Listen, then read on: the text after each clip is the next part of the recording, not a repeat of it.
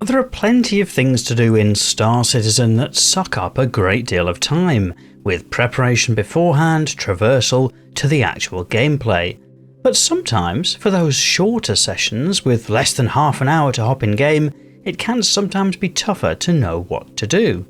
I'm Forrester, and this gameplay video shows a very short mining session, taking less than half an hour to pop out and fill up a prospector before heading to a refinery deck. This video is intended to be more of a gameplay video than a mining tutorial, although there is one available on the channel if that's what you are looking for.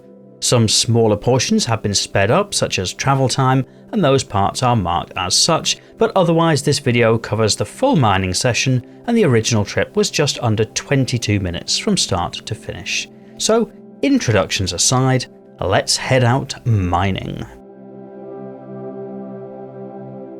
And as with many a session, we start by spawning in the ship and waiting for the elevator to go up and down. I have started this video recording when I reached my personal hangar on New Babbage. I thought nobody really needs to see the tram journey, although feel free to let me know in the comments if you would like more tram journey videos. But in this case, we're starting at ×4 speed just to speed up the process of seeing that ship come into view. As mentioned, the overall time for the whole session was 22 minutes, including waiting for the ship to come up at full speed, so still pretty quick. Hopping on board, starting up the systems, opening the doors, and then heading out. Because this is supposed to be a shorter session, i.e. something where you've only got half an hour to hop on and get something done, I'm literally just scouring Microtech for some minables right near New Babbage and right near the spaceport. Thankfully there are plenty of things to be found here despite the fact that it's so close to civilization. Whether that's realistic or not, well, we'll just have to see, but in terms of enjoying a bit of quick mining gameplay, it certainly helps.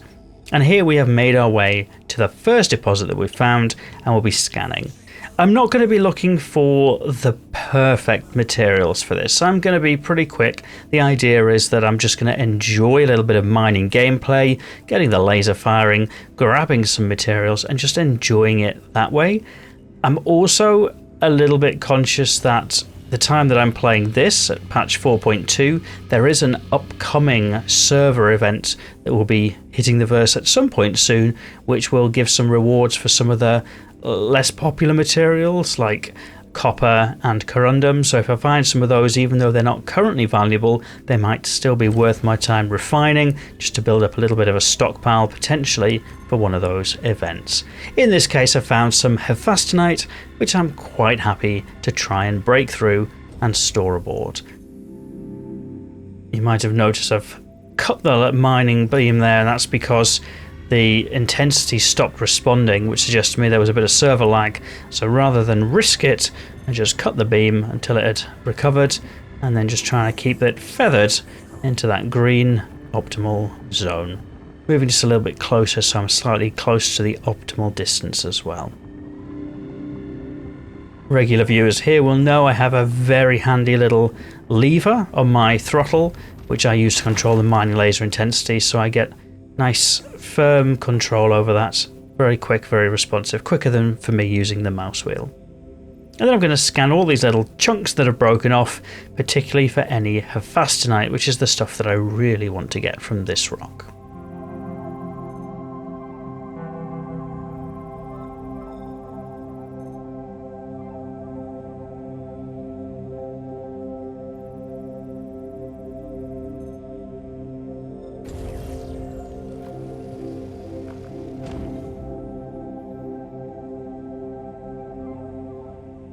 And those who regularly watch gameplay videos here will know I'm trying to respond to feedback that I've got about not talking quite so much, giving a little bit of time to enjoy some of the background music and the gameplay that is on the screen. So I was just trying a little bit to let you enjoy some of the calm sights and sounds of Microtech with some relaxing background music. And as always, I keep the names of the tracks that are used for the background music in the video description, and they're almost invariably from the YouTube audio library.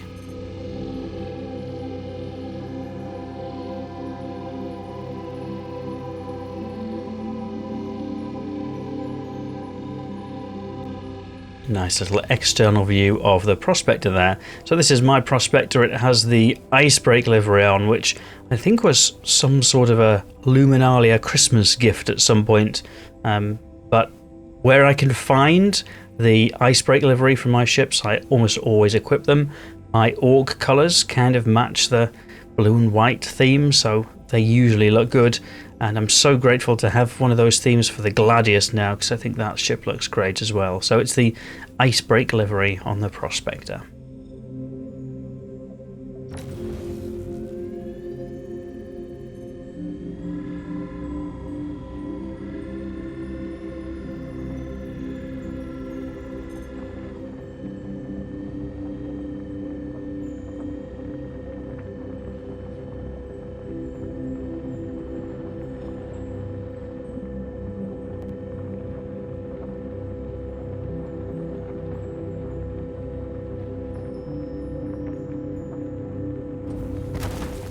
And that's the next rock broken up. Again, looking for the Hephaestonite from this one. Get the more valuable materials and ignore the quartz. I'm really not bothered by that. The payout rate is very low. If you are new to mining, you've not yet seen a mining tutorial, but you're hoping to catch one somewhere, Red Monster SC on YouTube and on Twitch is a fantastic resource, and includes things like what are the most valuable rocks that you can get at. So highly recommend Red Monster. Unfortunately, don't get to catch some of those streams as much as I used to, just with the timings of living in different places, I suppose. But for those that are interested in mining, I cannot recommend that as a resource enough.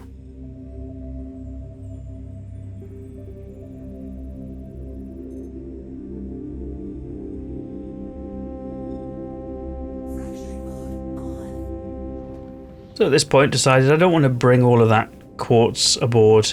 There's still a good chance I'll find some better rocks as I scour my way around.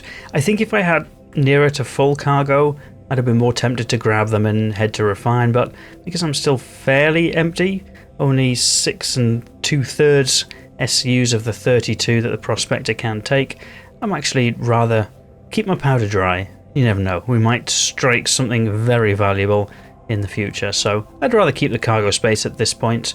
But I'm not being overly choosy, I don't think. We'll grab stuff that is either relatively valuable now or relatively valuable in the future. I'm not looking for a perfect 32 SCUs of absolute gold. Not that I'm going to find gold, but you know what I mean.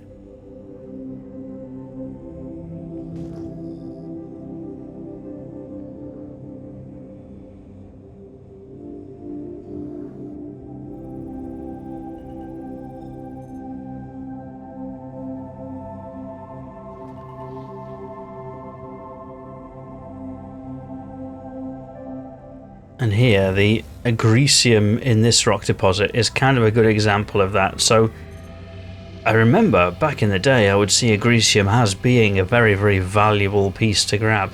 Less so these days, there are more valuable choices out there, but it's not bad, it's not awful. But I'm quite happy to grab this and just get the cargo hold filled. For me, the idea behind this mining session isn't to have the most profitable time. I've got half an hour to spare, log in, do a bit of mining, make a bit of money off the side of that, and just enjoy the time chilling out and enjoying the game, I suppose. That was kind of where my head was at with this session.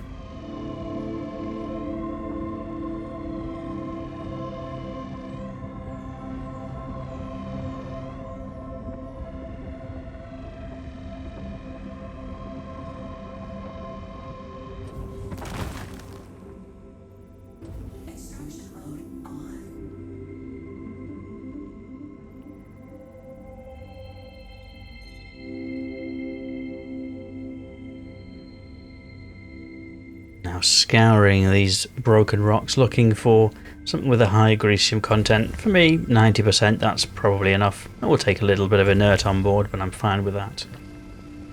And mining isn't the only thing that you could spend half an hour in-game doing. There are plenty of things you could do in half an hour. You could probably do a bunker run in half an hour. You could probably do potentially a couple of space combat contracts in that time. You could even do a salvage contract or a hauling contract. Half an hour is... I guess what I'm hoping to show by this video is that half an hour is still enough to do stuff, despite the challenges in Star Citizen of how long it takes usually to get rolling with things, and how much more efficient it can be to chain together lots of things in some of the larger sessions, that actually it can still be a quick bit of enjoyment for those that are looking for that. As the cargo hold now is about halfway full. I will grab that agricium. Because I'm just over halfway at this time, I'm thinking I can just get this thing filled up, get to the refinery deck. If I can get a line of sight on this rock. There we go. You notice the ship is wobbling a little bit, and that's down to these microtech winds. Fortunate challenge of having to deal with the weather, but it's fine. It's fine. Not really interested in that quartz. Let's see what's in this rock. And I said we wouldn't find gold. There's a bit of gold there, but unfortunately, I think that rock is going to be a bit too heavy to be broken up by this prospector, so we'll carry on the search for something else.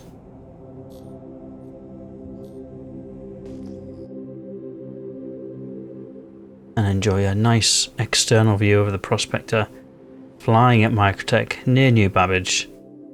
It looks fantastic. So my usual method is just to ping around for scan pings, and when I'm looking for prospector type rocks, just to pretty much pick things up, usually 10 to 12k, and fly towards them and investigate further to see what they are. Things that pop up at a shorter distance tend to be other interesting scannables, like, I don't know, animals, or maybe some rock mining type rocks. So I kind of tend to ignore those a little bit in my prospector, and I'm just giving a quick scan to these rocks and deciding, is it worth breaking or not, and do I think the prospector will break it or not. I do look at the guidance on there, so if it says impossible, I do take that into account, but I also think that sometimes just because it says impossible doesn't mean it is impossible, so take it with a pinch of salt. And in this case, this rock, Taronite, which I'm happy is valuable, and Corundum. Ordinarily, the Corundum I would not bother with, but because there's this upcoming event, actually, I'm quite happy to grab it, get it refined, and have a little bit stored, because it will become more valuable in the future. At least, I think so.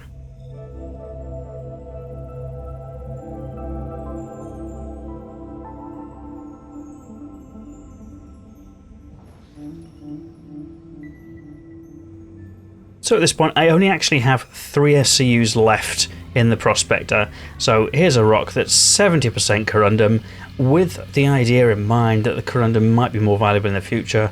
And given that I'm only talking about 3 SCUs of capacity to fill the thing up, I'm thinking I'll actually just try and break this rock, hope for a decent break, try and just top up that last little bit on corundum, and then head back to refine. So fingers crossed for a decent break with a high corundum count smaller rock.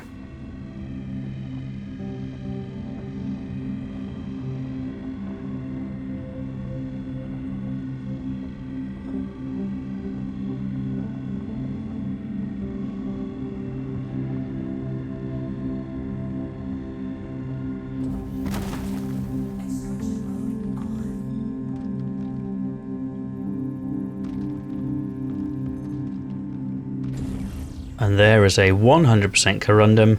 That's the sort of thing I was looking for, just to top up, fill the prospector, and then it's a case of heading up and away, and we'll get this thing to a refinery deck.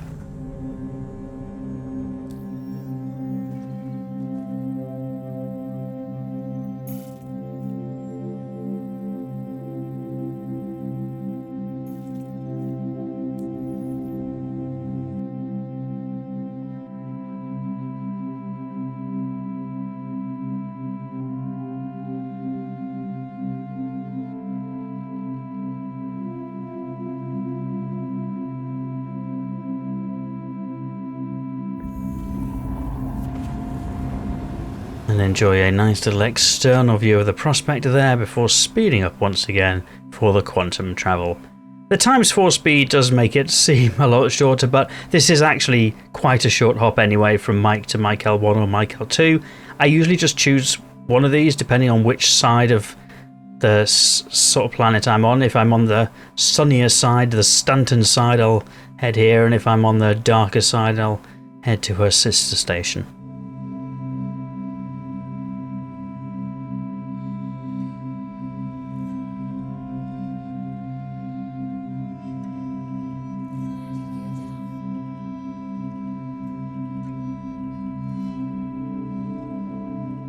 Short trip into the hangar, and then engines off.